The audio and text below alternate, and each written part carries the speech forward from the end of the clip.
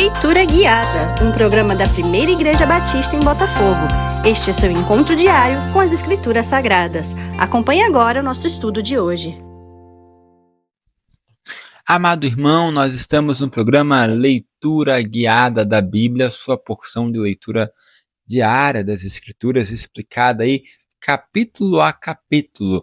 Você encontra o nosso programa no canal do YouTube da Primeira Igreja Batista em Botafogo, na playlist dos livros da Bíblia, e também no Spotify, procurando o programa Leitura Guiada.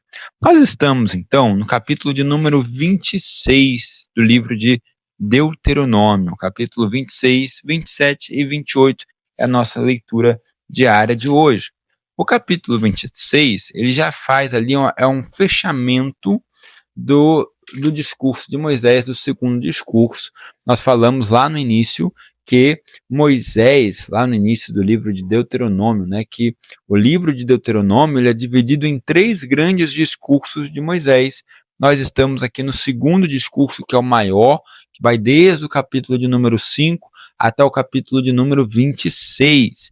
Esse discurso é o maior porque ele recapitula todos os 10 mandamentos, ele trata de um por um, desenvolvendo esses temas, até chegar aqui no capítulo 26, que é uma conclusão, é um fechamento da sua mensagem. E ele vai tratar aí de 2 festas, ou de 2 momentos solenes, que é a festa das primícias, ou o momento de entregar as primícias a Deus, e o momento de dar o dízimo, e vai até o verso de número 15. Entregar a primícia e entregar o dízimo são atos que seriam feitos em Canaã, então são atos para o futuro, e Moisés está falando isso como garantia de que o povo irá entrar em Canaã. Ele está alimentando a fé do povo na certeza de que esse povo irá ofertar as primícias e também ofertar os dízimos. Então veja o que diz o verso 1.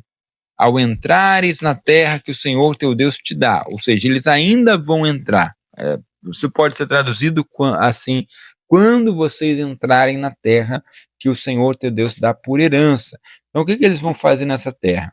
Tomarão das primícias de todos os frutos do solo que recolheres da terra que te dá o Senhor teu Deus, e as porás no cesto, e irás ao lugar que o Senhor teu Deus escolher para ali fazer habitar o seu nome, ou seja, irá no tabernáculo, onde esse tabernáculo estiver, e virás aquele dia ao sacerdote e apresentará ali a sua oferta de primícia. A primícia era os primeiros frutos, como Israel vai passar a ter. Eles estão no deserto, mas ao entrar em Canaã, eles passarão a ter um modo de vida agrícola, um modo de vida que trabalha o campo, trabalha a terra para extrair dela o seu sustento. O primeiro elemento que for ali recolhido, então, a primícia, os primeiros frutos, devem ser entregues para Deus, E feito ali, recitado, um ritual que está lá a partir do verso de número 5. Então testificarás perante o Senhor teu Deus e dirás: Arameu, prestes a perecer, foi meu pai. Arameu aqui, gente, traz a ideia de Jacó, a mãe de Jacó, Rebeca, Rebeca era arameia, ou seja, Rebeca vinha da cidade de Harã, lá em Gênesis 25, verso de número 20. Eles vêm, era Isaac, de 40 anos, quando tomou por esposa Rebeca, filha de Betuel, o arameu, irmã de Labão, o arameu, e também Jacó peregrinou aí pelo deserto de Padã Arã, ou pela cidade de Harã, durante muito tempo. Ou seja, Jacó é conhecido como o arameu. Então veja o que o texto nos diz. Verso número 5 de Deuteronômio 26. Arameu prestes a perecer foi meu pai, Jacó, prestes a perecer. Desceu para o Egito, sim, por conta da grande fome no tempo de José, e ali viveu como estrangeiro com pouca gente, cerca de 70 pessoas, lembrando ali o Êxodo. E ali veio a ser nação grande, forte e numerosa. Então nós vimos lá no livro de Números que o povo entrou com 70 pessoas no Egito e saiu com cerca de 603.100 homens, ou seja, quase 2.400.000 de pessoas, se nós contarmos mulheres, crianças e idosos. Mas os egípcios nos maltrataram e afligiram e nos impuseram dura servidão. É a lembrança aqui dos anos da escravidão, dos 430 anos de escravidão no Egito. Clamamos ao Senhor, Deus de nossos pais, e o Senhor ouviu a nossa voz e atentou para a nossa angústia, para o nosso trabalho e para a nossa opressão. Angústia, trabalho e opressão, palavras assim usadas para marcar a dureza desse tempo, né? O Senhor nos tirou do Egito com poderosa mão e com braço estendido e com grande espanto e com sinais e com milagres, e nos trouxe a este lugar e nos deu essa terra, terra que mana leite e mel. Eis que agora trago as primícias dos frutos da terra que tu, ó Senhor, me deste. Então as porás perante o Senhor teu Deus e te prostrarás perante ele. Alegrar-te-ás por todo o bem que o Senhor teu Deus te tem dado a ti e a tua casa, tu e o levita e o estrangeiro que está no meio de ti. Então você perceba que tem ali um ritual, tem uma pequena oração que vai do verso 5 até o verso de número 10, que relembra a história de Israel, relembra desde o tempo de Jacó, da grande fome, de Jacó passeando na cidade de Harã, sem, no entanto, conseguir conquistar a cidade, sem conquistar a cidade, né, passando ali como viajante apenas, os anos de escravidão no Egito e como Deus livrou esse povo do Egito. Veja, é quase uma confissão de fé, é um pequeno dogma do Antigo Testamento, é a forma que o povo encontrou ali de guardar a sua fé, de lembrar do passado, de agradecer a Deus pelos seus atos, pelo livramento no Egito, né? Então, é uma forma assim de adorar a Deus.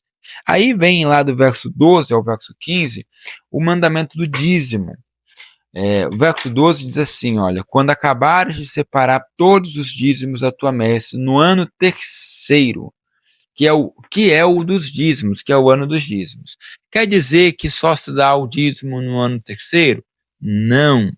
Quer dizer, ao contrário, que havia ali uma lei estipulada, né, que ao terceiro ano, lá em Deuteronômio 14, verso 28 e 29, o terceiro ano, tudo que estivesse no campo seria um ano de descanso para essa terra que deveria ser dado aos necessitados.